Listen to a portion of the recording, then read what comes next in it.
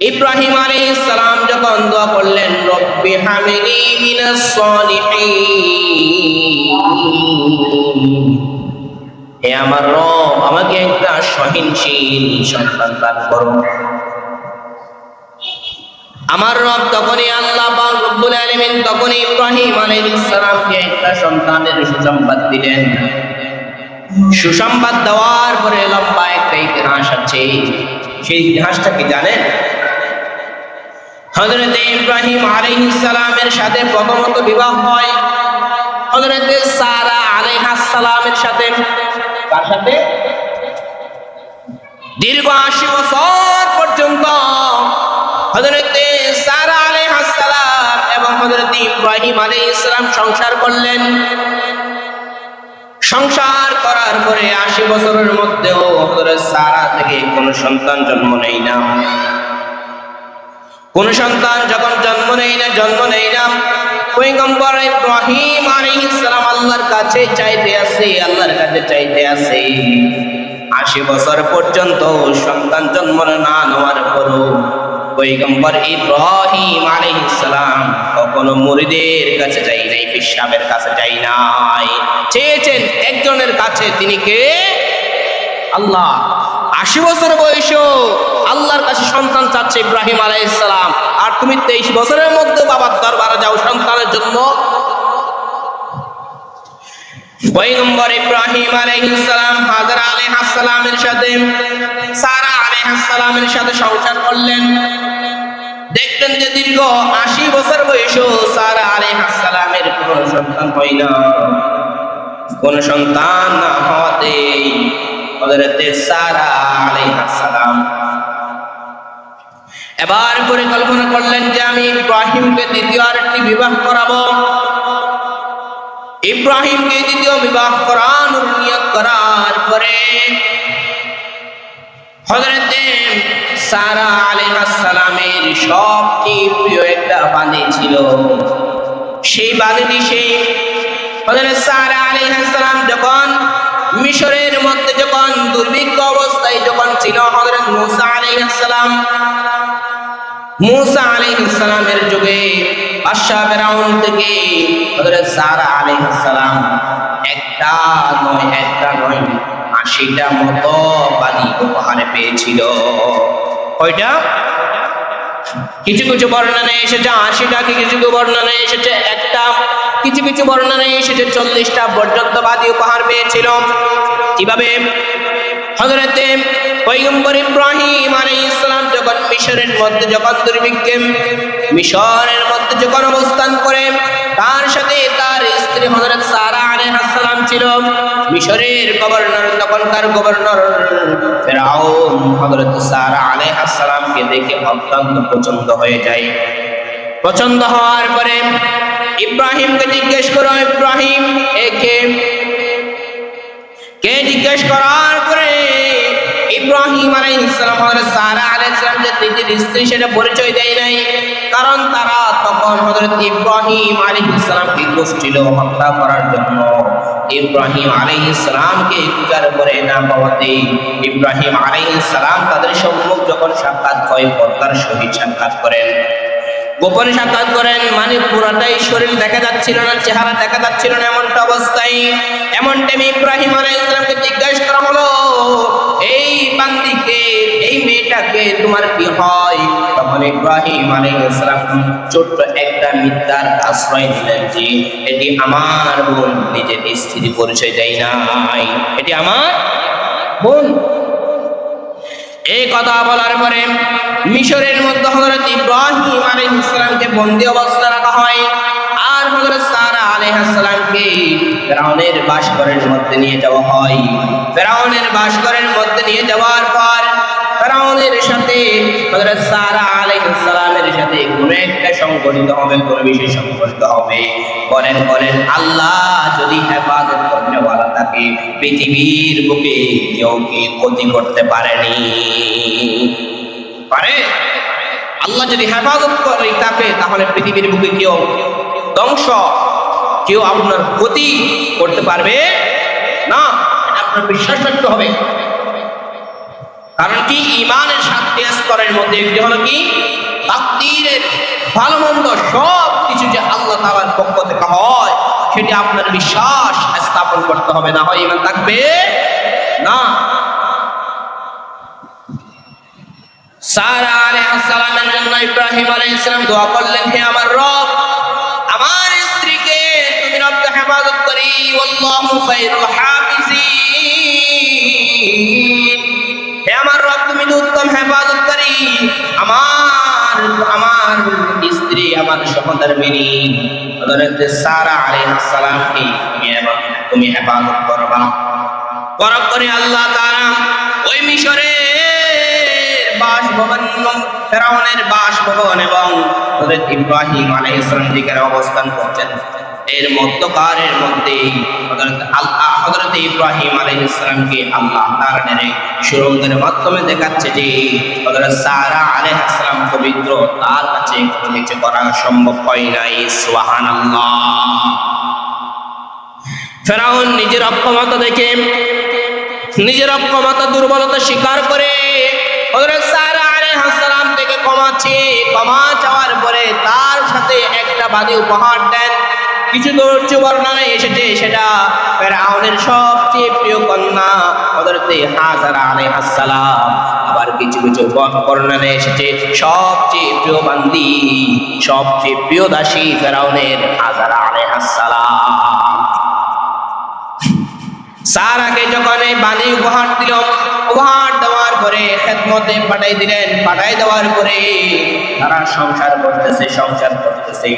এমন টাইমে যখন দীর্ঘ 80 বছর বয়সে ইব্রাহিমের সন্তান হয় না, এবার নিজের স্ত্রী হযরত সারা আলাইহিস সালাম নিজের মধ্যে ইচ্ছা পোষণ করলেন যে আমি আমার স্বামীকে দ্বিতীয় বিবাহ করাবো। আমার থেকে হয়তো সন্তান হয় না, আমি যদি আমার স্বামীকে যদি দ্বিতীয় বিবাহ করাই তাহলে হয়তো আমার ওই স্বামীর পরে হয়তো দ্বিতীয় আরেকটি সন্তান জন্মগ্রহণ করতে পারে, দ্বিতীয় কোনো হয়তো সন্তান জন্মগ্রহণ করতে পারে। এই কথা বলার পরে নারীদের মধ্যে একটা স্বভাব আছে, সেটা কি জানেননি আপনারা? নারীরা কখনো স্বামীর বা অন্য কাউকে দিতে চায় না। নারীরা চাইলে আপনাকে কলিজা পর্যন্ত কাটি খাওয়াবে, সমস্ত কিছু করবে, কিন্তু আপনি দ্বিতীয় বিবাহ করেন সেটা নারীরা কখনো সহ্য করবে না। নারীরা দ্বিতীয় বিবাহ করাটাকে নিজেরাই পছন্দ করে না। আল্লাহ তো নিজেই বলছেন, নারীর পছন্দ করা দূর কি বাদ, আল্লাহ নিজেই বলছেন ফানকিহু মা তাবা লাকুম মিনান নিসা মাসনা ওয়া সুলাসা ওয়া রুবা। তোমরা নারীদের মধ্যকার থেকে বিবাহ করবা। বিবাহ করার জন্য বলা হয়েছে কখন বিবাহ করবেন? আন-নিকাহু ইয়ানাকিদু বিলফযাইনি আ'বারু বিহিমা আনিল মাদি ওয়াস সিগাতুল মুস্তাকবিল। বিবাহ কখন করবেন? আন-নিকাহু ইয়ানাকিদু বিলফযিল মুতাআতি। বিবাহ কখন করবেন? যখন আপনার প্রয়োজনের মধ্যে আসবে তখনই আপনি বিবাহ করবেন।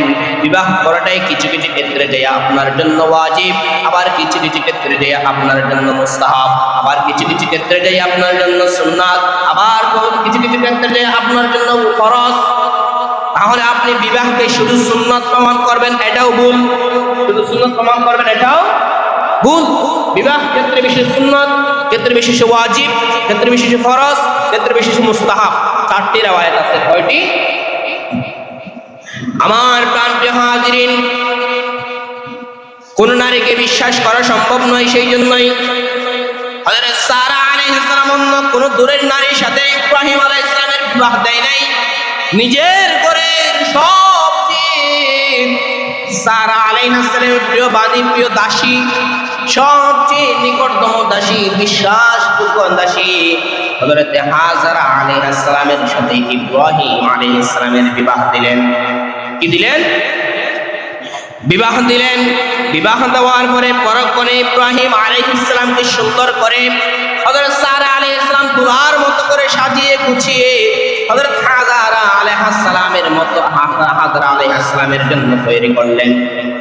নিজের স্বামীকে দুলার হিসেবে নিজেই তৈরি করে দিচ্ছে আরেকজনের জন্য। দেখেন, নিজে থেকে সন্তান হচ্ছে না, সেজন্য নিজেই উদ্যোগে আরেকজনের জন্য নিজের স্বামীকে আল্লাহর জন্য বিসর্জন দিচ্ছেন।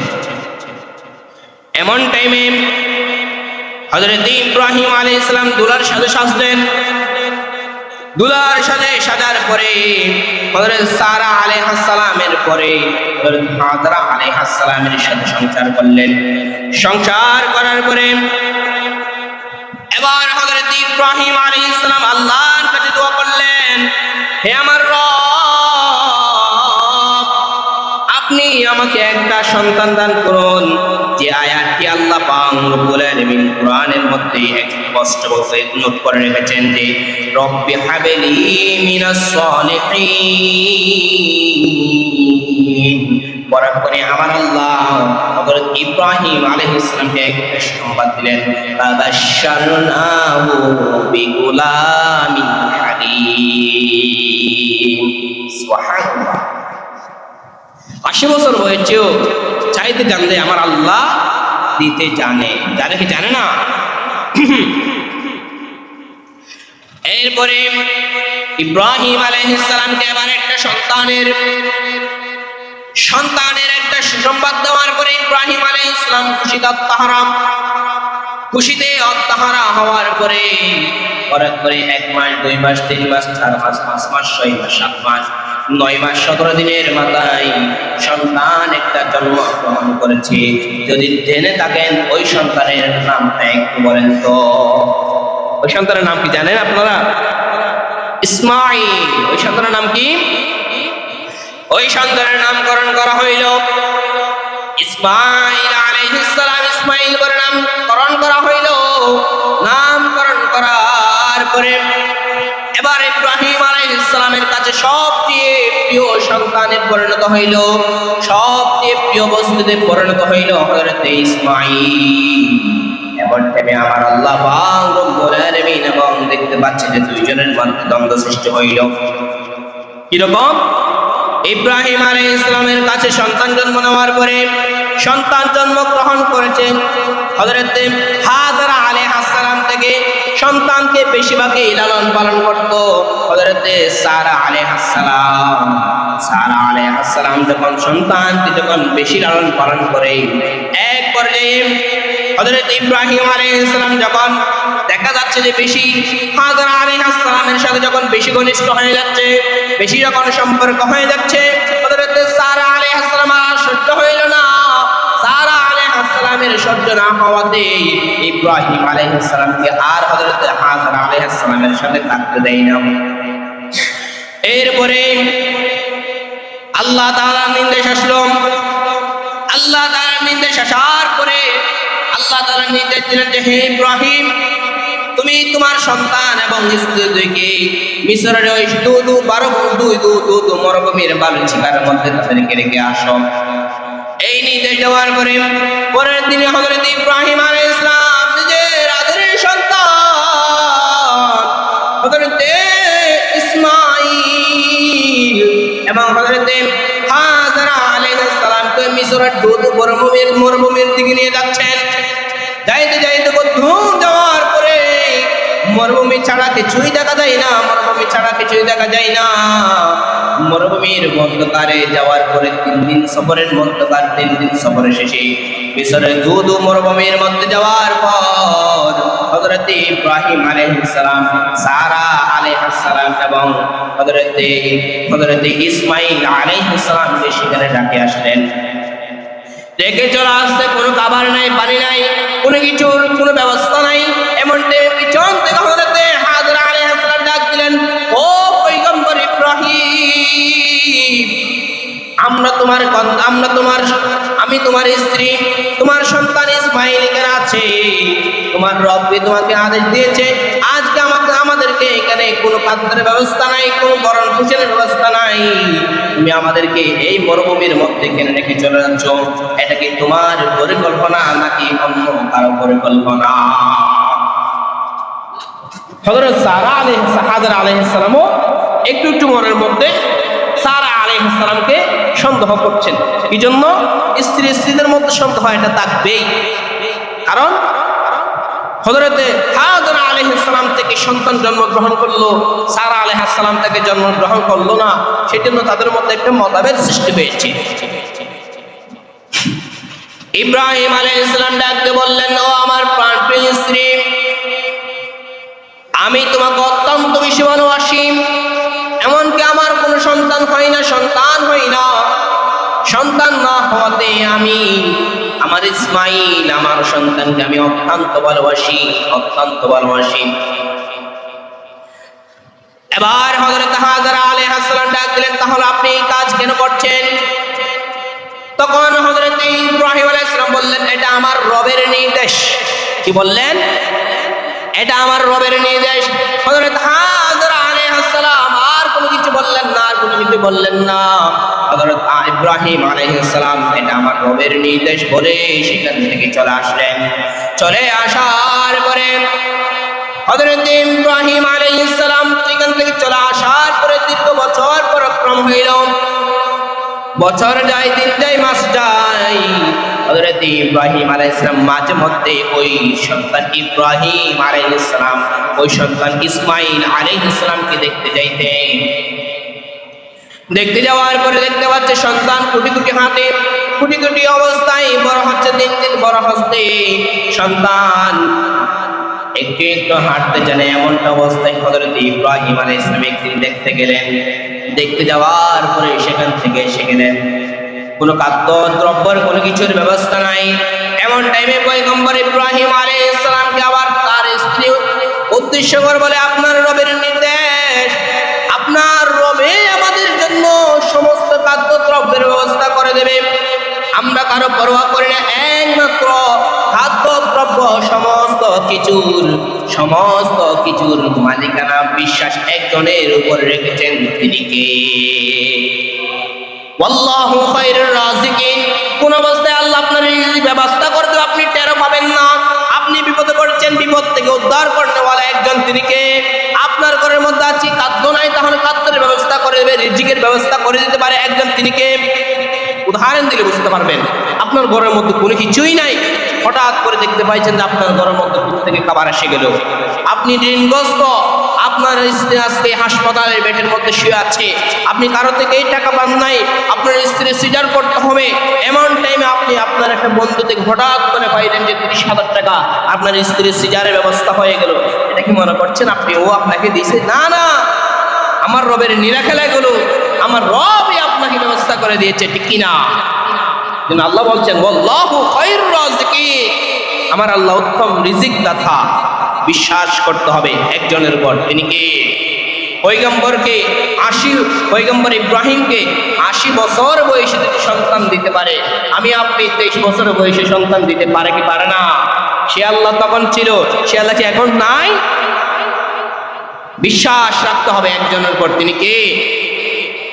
পয়গম্বর ইব্রাহিম যখন ইসমাইল আলাইহিস সালামকে যখন সিরিয়ার ওই দুদু মরুভূমিতে যখন রেখে চলে আসলেন, চলে আসার পরে হযরত হাজরা আলাইহিস সালাম একদিন ঘুমাচ্ছেন, অত্যন্ত ক্লান্ত, 3 দিনের সফরে ক্লান্ত হয়ে গেলেন। ক্লান্ত হয়ে যাওয়ার পরে সন্তানকে রেখে হযরত হাজরা আলাইহিস সালাম ঘুমায় গেলেন। এদিকে সন্তান থেকে পেটের ক্ষুধার্তে দুগ্ধ পান করতে হবে, সেই জন্য পেটের ক্ষুধার্তে কান্নাকাটি করতেছে। এইভাবে সন্তান বড়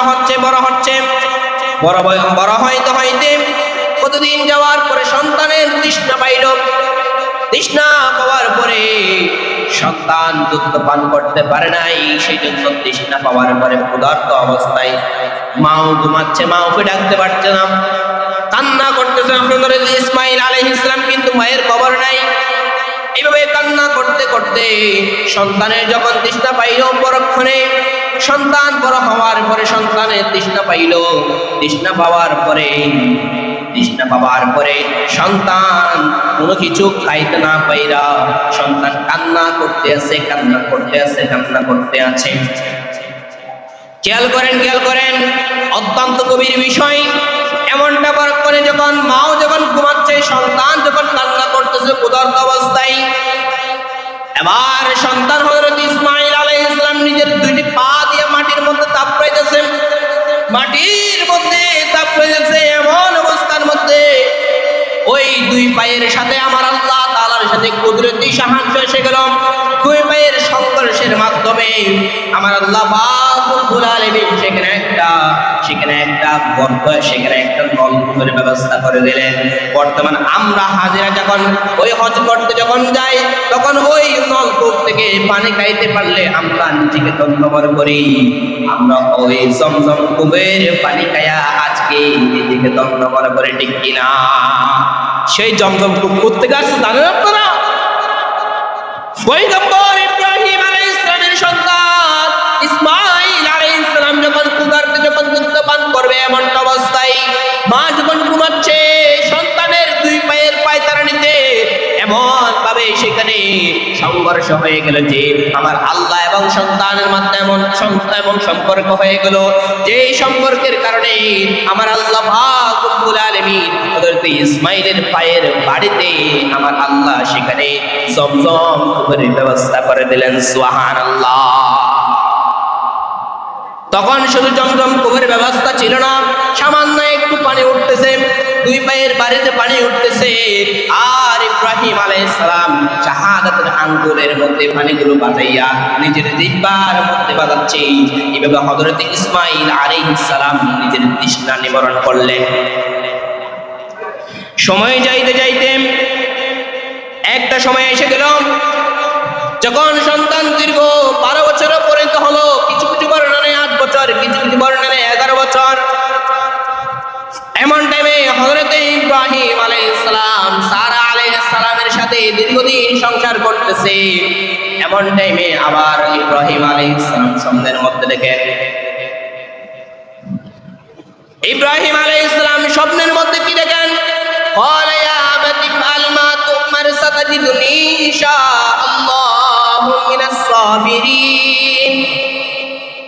ইব্রাহিম আলাইহিস সালাম স্বপ্নের মধ্যে দেখেন যে ইব্রাহিম আলাইহিস সালামকে আল্লাহ তাআলা স্বপ্নে দেখালেন যে তার সবচেয়ে প্রিয় বস্তুটি আল্লাহর রাস্তায় কুরবানি দিতে, তার সবচেয়ে প্রিয় বস্তুটি আল্লাহর রাস্তায় কুরবানি দিতে। এই স্বপ্ন যখন দেখেন, পরবর্তীতে হযরত ইব্রাহিম আলাইহিস সালাম ওই মিশরের সবচেয়ে দামি লাল উট, 100টি লাল উট আল্লাহ তাআলার উদ্দেশ্যে, আল্লাহ তাআলার নামে হযরত ইব্রাহিম আলাইহিস সালাম কুরবানি দিয়ে দেন। দ্বিতীয় দিন আবার যখন ঘুমাইলেন, সময় সাদিক হবে এমন টাইম অবস্থায় ইব্রাহিম আলাইহিস সালাম আবার স্বপ্নের মধ্যে দেখেন ইব্রাহিম আলাইহিস সালামকে আল্লাহ তাআলা নির্দেশ দিলেন যে সবচেয়ে প্রিয় বস্তুটি আল্লাহ তাআলার রাস্তায় কুরবানি দেওয়ার জন্য। এমনটা স্বপ্ন যখন আবার দেখেন ইব্রাহিম আলাইহিস সালাম, পরের দিনই আবার 200 লাল উট আল্লাহর রাস্তায় কুরবানি দিলেন। প্রথম দিন দিলেন 100 লাল উট। তখন লাল উটের সবচেয়ে বেশি দাম ছিল আরবের মধ্যে। এখন তো আমরা তো লাল উট দেখি না, তখন লাল উটের খুবই প্রচলন ছিল, খুবই দাম, যেগুলো কেউ সাধারণ নাগরিক ব্যবহার করতে পারতো না। এমন টাইমে যখন 200 উট যখন পরের দিনে যখন কুরবানি দিলেন, কুরবানি দেওয়ার পরে আল্লাহ তাআলা পরের দিনে আবার স্বপ্নের মধ্যে দেখান, হে ইব্রাহিম, তোমার সবচেয়ে প্রিয় বস্তুটি তুমি আমার জন্য কুরবানি দাও। এই স্বপ্ন দেখার পরে পয়গম্বর ইব্রাহিম আলাইহিস সালাম আবার বুঝে গেলেন, না না, কোনো উট দিয়ে তো কাম হবে না, আমি তো উটটা আমার সবচেয়ে প্রিয় জিনিস না। আল্লাহ তাআলার তরফ থেকে আমি 80 বছরের মধ্যে সবচেয়ে প্রিয় জিনিস বেছে নিয়েছি, আমি সবচাইতে বেশি ভালোবাসি আমার ইসমাইলকে। আমার আল্লাহ হয়তো আদেশ দিচ্ছে আমার ইসমাইলকে জবেহ দেওয়ার জন্য। এই স্বপ্ন যখন দেখলেন, পরের দিনে ইব্রাহিম আলাইহিস সালাম সেখান থেকে রওনা দিয়া বিবি হাজারা আলাইহিস সালামের প্রান্তরে রওনা দিলেন। যেতে যেতে কদ্দুর যাওয়ার পরে ইব্রাহিম আলাইহিস সালাম মনে মনে ভাবতেছেন, আমি কি স্বপ্ন দেখলাম, এটা স্বপ্নের ব্যাখ্যা কি হতে পারে? কারণ কি, পয়গম্বরদের স্বপ্নে ওহী, আল্লাহ চাইলে সেটা জিবরাইল আলাইহিস সালামের মাধ্যমে বলাতে পারতো। এর মধ্যে কিন্তু থাকতো, মানুষের মধ্যে কোয়েশ্চন জেগে থাকতো, প্রশ্ন উঠতো, কেন জিবরাইল আলাইহিস সালামের মাধ্যমে আল্লাহ তাআলা এত বড় একটা কাজ সংগঠিত করলেন? সেই জন্য পয়গম্বর এবং আল্লাহর মধ্যকারে কোনো দ্বিতীয় ব্যক্তি না রেখেই স্বয়ং আল্লাহ তাআলা পয়গম্বর ইব্রাহিম আলাইহিস সালামকে স্বপ্নের মধ্যে দেখালেন যে তোমার সবচেয়ে প্রিয় বস্তুটি আমার জন্য কুরবানি দাও। কারণ কি, কুরবানি এমন একটা জিনিস যে আপনি যখন কুরবানি দিবেন তখন সেখানে তৃতীয় পক্ষ থাকবে না। আপনি ইখলাসের নিয়তে আল্লাহর জন্য কুরবানি করবেন, আমার আল্লাহ আপনাকে ইখলাসের নিয়তে কবুল করে জান্নাতটা দিয়ে কিয়ামতের দিন ধন্য করবে। সুবহানাল্লাহ। মিন ইহরাকিদ দামি, আপনি যখন সেটি জবাহ করবেন, রক্ত প্রবাহিত হওয়া দূর কি বাত হে, রক্ত যখন সেখান থেকে বের হবে, বের হওয়ার সাথে সাথে আপনার কুরবানি আমার আল্লাহ কবুল করে নেবে। সুবহানাল্লাহ। প্রিয় হাজরিন, ইব্রাহিম আলাইহিস সালাম রওনা দিলেন, চিন্তা করতেছে সন্তানকে আল্লাহর রাস্তায় জবাহ দেওয়ার পরিকল্পনা করছেন। এমন টাইমে আল্লাহ তাআলার পক্ষ থেকে আমার আল্লাহ ইব্রাহিম আলাইহিস সালামের অন্তরের মধ্যে সোপন ঢেলে দিলেন। ইব্রাহিম আলাইহিস সালাম শান্ত মনে আবার পরিকল্পনা করলেন। বিবি হাজারার কাছে যাওয়ার পরে বিবি হাজারাকে এবার সুন্দর করে বর্ণনা করলেন, ও হাজারা, আমি আমার সন্তানকে অত্যন্ত ভালোবাসি, আমি আমার সন্তানকে অত্যন্ত ভালোবাসি, সেটা তুমি জানো। আমরা কিন্তু আমাদের বর্তমানে স্ত্রীগুলো দেখবেন কিন্তু 1 ঘন্টা পর 2 ঘন্টা পর অথবা 1 দিন 2 দিন পর যদি আপনি বাসায় ঢুকেন তাহলে প্রথমে জিজ্ঞেস করবে কোথা থেকে এসেছো, বলবে না? কিন্তু হযরত হাজারা আলাইহিস সালাম স্বামী যখন ঘরের মধ্যে প্রবেশ করলেন, জিজ্ঞাসা করে নাই এতদিন পর কোথা থেকে এসেছো, আমাদের খাবার দাবার না দিয়ে কোথায় চলে গেছো, এই কথা বলে নাই। কিন্তু আপনি আপনার স্ত্রীকে যদি আপনি ভরণ পোষণ না দেন, ঈদে যদি জামা কাপড় না দেন, ঘরে ঢুকতে দেওয়াকে দূর কি বাত হ্যাঁ, ঝাড়া জুতা নিয়ে ওই দরজার মধ্যে দাঁড়ায় থাকবে, ঠিক কিনা? মিথ্যা বলছি নাকি? এমন আছে যে আইফোন কিনে দিতে পারে নাই, লেহেঙ্গা কিনে দিতে পারে নাই, কিরণমালা শাড়ি কিনে দিতে পারে নাই, 30 কিনে দিতে পারে নাই, সেজন্য স্বামীর ঘর ত্যাগ করে চলে গেছে। হাজার উপমা আছে। সম্মানিত আমার প্রাণপ্রিয় হাজরিন, এমন টাইমে ইব্রাহিম আলাইহিস সালাম নিজের স্ত্রীকে বলতেছে, আমার স্ত্রী, আগামীকালকে ইসমাইলকে রেডি করে দাও, ইসমাইলকে এক জায়গায় ঘুরতে নিয়ে যাব। এই কথা বলার পরে হযরত ইসমাইল আলাইহিস সালামকে রেডি করে দিলেন। রেডি করে দেওয়ার পরে ইসমাইল আলাইহিস সালামকে নিয়ে যাচ্ছেন। নিয়ে যাওয়ার পরে শয়তান আর থেমে থাকে নাই। শয়তান তো তখনকার যুগ ছিল। শয়তান হাজরা আলাইহিস সালামের কাছে আসলেন। হাজরা আলাইহিস সালামের কাছে আসার পরে শয়তান ধোঁকা দিতেছে, ও হাজরা, জানোনি তোমার স্বামী তোমার স্ত্রীকে তোমার সন্তানকে কোথায় নিয়ে যাচ্ছে? জানোনি তোমার সন্তানকে পয়গম্বর ইব্রাহিম জবাহ করে দেওয়ার জন্য নিয়ে যাচ্ছে। তোমার একটা মাত্র সন্তান ইব্রাহিম দীর্ঘদিন পর্যন্ত তোমাদের ভরণ পোষণ দেয় নাই, দীর্ঘদিন পর্যন্ত তোমাদের খাবার দাবার ব্যবস্থা করে নাই, আজকে এসে তোমার সন্তানটাকে জবাহ করার জন্য নিয়ে যাচ্ছে।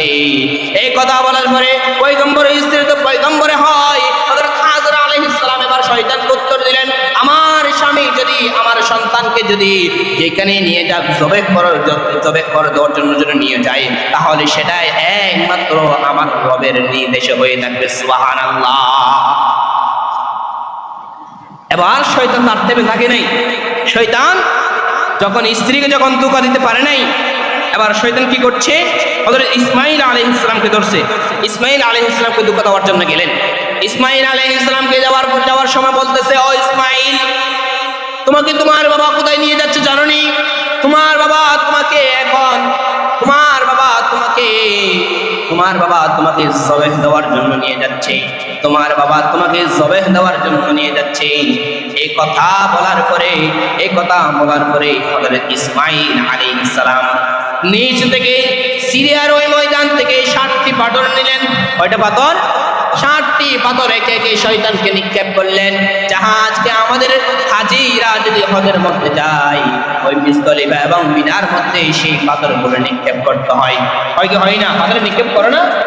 সেই পাথর নিক্ষেপ করা এসেছে হযরত ইসমাইল আলাইহিস সালাম থেকে। আল্লাহর ঘরে যখন যাচ্ছিলেন, আল্লাহর পথে যখন যাচ্ছিলেন, শয়তান ধোঁকা দিচ্ছিলেন।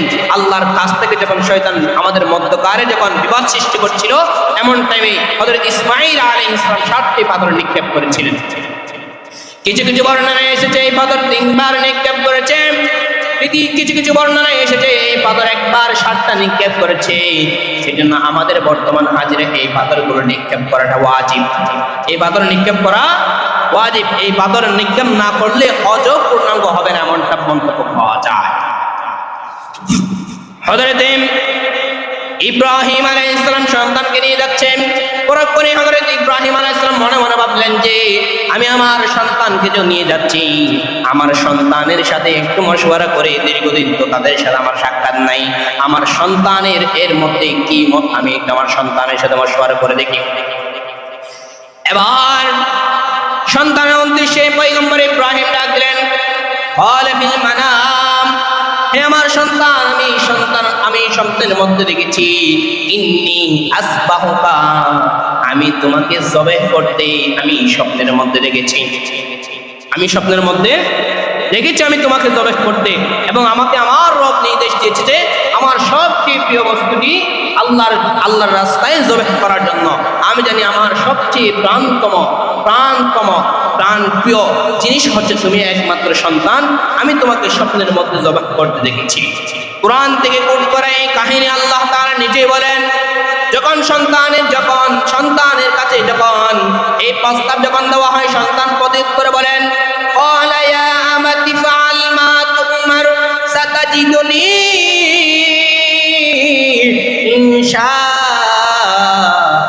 ইনশাআল্লাহু মিনাস সাবিরিন। সুবহানাল্লাহ। এবার পিতার উদ্দেশ্যে সন্তান ডাক দিয়ে বলল, হে আমার আব্বা জান, আল্লাহ আপনাকে যে আদেশ দিয়েছে আদেশটাই সংগঠিত করেন। অবশ্যই অচিরে আপনি আমাকে ধৈর্যশীলদের মধ্যকারে পাবেন। তার মানে শুধুমাত্র ইসমাইল যে পৃথিবীর বুকে ধৈর্যশীল এমনটা নয়, ইতিপূর্বে আরো ধৈর্যশীল ছিল, সেটা ইসমাইল আলাইহিস সালামের বাক্য থেকে প্রমাণিত। সন্তান এবং বাবার মধ্যে সম্পর্ক দেখেন কতটা গভীরতা থাকলে, কতটা তাওয়াজু থাকলে, কতটা অনুগত্যের এত আদরের নির্দেশনা থাকলে এমনটা সংযোজ্য হয়। আমার প্রাণপ্রিয় হাজিরিন, এরপরে ইব্রাহিম আলাইহিস সালাম সন্তানকে নিয়ে যাওয়ার পরে সন্তানকে জবাহ করবে। জবাহ করার সময় আল্লাহ তাআলার নির্দেশে এসে গেল, শয়তান আবার ধোঁকা দিচ্ছে। শয়তান ধোঁকা দেওয়ার পরে ইব্রাহিম আলাইহিস সালাম ইসমাইলকে জবাহ করতে পারে না। এমন টাইমে ইসমাইল আলাইহিস সালাম ডাকতে বললেন, ও আমার বাবা, আব্বা জান, আমার সম্মানিত আব্বা জান, আপনি আমার সম্মান, আপনি আমার জন্য বোমা, আপনি আমার জন্য পৃথিবীর সবকিছু, আপনি আমার জন্য সবচেয়ে সম্মানজনক স্থান। হে আমার বাবা, আপনি আমাকে জবাহ করবেন, এমন টাইমে যদি কোনো হাত পা নড়ার কারণে যদি আপনার সাথে যদি বেয়াদবি হয়ে যায়, তাহলে আমি আমার রবের কাছে এই জবাবদিহিতা করতে পারবো না। আপনি আমাকে জবাহ করার পূর্বে আমার হাতগুলো পিছন থেকে বাঁধে দিন এবং আমার পাগুলো বেঁধে রাখুন। সুবহানাল্লাহ। কেমন নির্দেশ সন্তান এবং বাবার মধ্যে, কেমন সম্পর্ক। কিন্তু আমার আপনার আজকে বর্তমান সমাজের বাবা সন্তানের সম্পর্ক দেখলে আমরা হতবাক হয়ে যাই। সন্তান পিতার অনুগত্য করে না, সন্তানগুলো আজকে বাবার বিপক্ষে গিয়ে যা ইচ্ছাই তাই করে। অথচ একবার চিন্তা করেন যে বাবা দীর্ঘ বছর পর্যন্ত তাকে লালন পালন করেছে, নিজে না খাইয়া সন্তানকে ভরণ পোষণ দিয়েছে, ঈদের জামা নিজে পরে নাই, সন্তানকে দিয়েছে, ঈদের সময় জুতা নিজে কিনে নাই, সন্তানকে কিনে দিয়েছে। সন্তান যদি ঈদের জামা কাপড় কিনতে না পারে, তাহলে বাবার চোখের মধ্যে ঘুম নাই, বাবার টেনশনে সন্তান যখন ভূমিষ্ঠ হবে, সন্তানের জন্য বাবা কতটা কান্নাকাটি করে, এমনকি সন্তানের জন্য বাবা নিজের জীবনটাই প্রবাসে কাটিয়ে দেয়। আছে না নাই? সেই সন্তান যখন বাবার অনুগত্য হারিয়ে বিপদে যায়, তখন কিছু সুশীল সমাজ আমাদের মধ্যকারে এসে সাধুর সাধার চেষ্টা করে, ঠিক কিনা? যে আলোচনা করেছি এতটুকু আমাদেরকে বোঝার তৌফিক দান করুন। এখান থেকে আমাদের শিক্ষা হলো যে সর্বোপরি সব কিছু হবে একমাত্র, আমাদের সব কিছু হবে আল্লাহর জন্য। তার জন্য, আল্লাহর জন্য। কোরবানি করব কাকে দেখানোর জন্য? গোশত খাওয়ার জন্য? কথা বলতে হবে। কোরবানি করব কি জন্য? আল্লাহর জন্য। কোরবানি করিম দেখি আর বিয়াক বন্ধুর নাম দিও, এও ছিলেন না কোরবানি অনেক নাম দিবেন, অনেক নাম খেয়াল করুন। কিন্তু কুরবানি শুধুমাত্র একজনের উসিলায় একজনের নামে হবে। তিনি কে? এমনিতে আপনি নেশাব পরিমাণের মালিক। বর্তমান নেশাব, আজকের নেশাব কত চলতেছে? 1,78,000 কত পয়সা জানেন? তার মানে হলো বর্তমান সমাজে যাকাতের বিষয়টা এবং কুরবানির বিষয়টা দুটো আলাদা বিষয়। মাসালা খেয়াল করেন। যাকাতের বিষয় হলো যে নেশাব পরিমাণ সম্পদের উপর 1 বছর অতিবাহিত হতে হবে। নেশাব পরিমাণ সম্পদের উপর কয় বছর? 1 বছর অতিবাহিত হলে পরবর্তী বছরে যদি আপনার ওই পরিমাণ সম্পদ থাকে তাহলে আপনার উপরে যাকাত ওয়াজিব হবে। কিন্তু কুরবানি ভিন্ন বিষয়। কুরবানি 1 জিলহজ থেকে 10 জিলহজের মধ্যকার অথবা 13 জিলহজ মধ্যকারে আপনার যদি কি থাকে সম্পদের নেশাব পরিমাণ সম্পদ কতটুকু? 1,70,000 টাকা মনে করেন। 78,000 টাকা যদি থাকে তাহলে আপনার কুরবানি করা আপনার উপর ওয়াজিব। যদি 1 তারিখ শুধু কুরবানি কি একদিন করবেন না? আমাদের এখন অনেকেই আমরা মনে করি যে কুরবানি শুধু একদিন করা যায় না, কুরবানি 3 দিন করা যায়। কয় দিন? 10 তারিখ, 11 তারিখ, 12 তারিখ। এই 3 দিন চাইলে যে কোনো দিন আপনি কোরবানি করতে পারেন। এবং এই 3 দিনের মধ্যকার যদি আপনি 1,78,000 টাকার যদি মালিক হন তাহলে আপনার উপর কোরবানি ওয়াজিব, আপনার কোরবানি করতে হবে, না করলে গুনাহ হবে। অতএব কোরবানি করবে একমাত্র আল্লাহ তাআলার নামে, আল্লাহ তাআলাকে রাজি খুশি করার জন্য। আল্লাহ তাআলা আমাদেরকে কোরবানির মাধ্যমে নিজেকে আত্মশুদ্ধি এবং নিজেকে আল্লাহ তাআলার জন্য ফরজগার বানানোর তৌফিক দান করে। সকলে বলে আমিন। আমরা যারা সুন্নাত করি নাই, সুন্নাত করে নিই। আসসালামু আলাইকুম ওয়া রাহমাতুল্লাহ।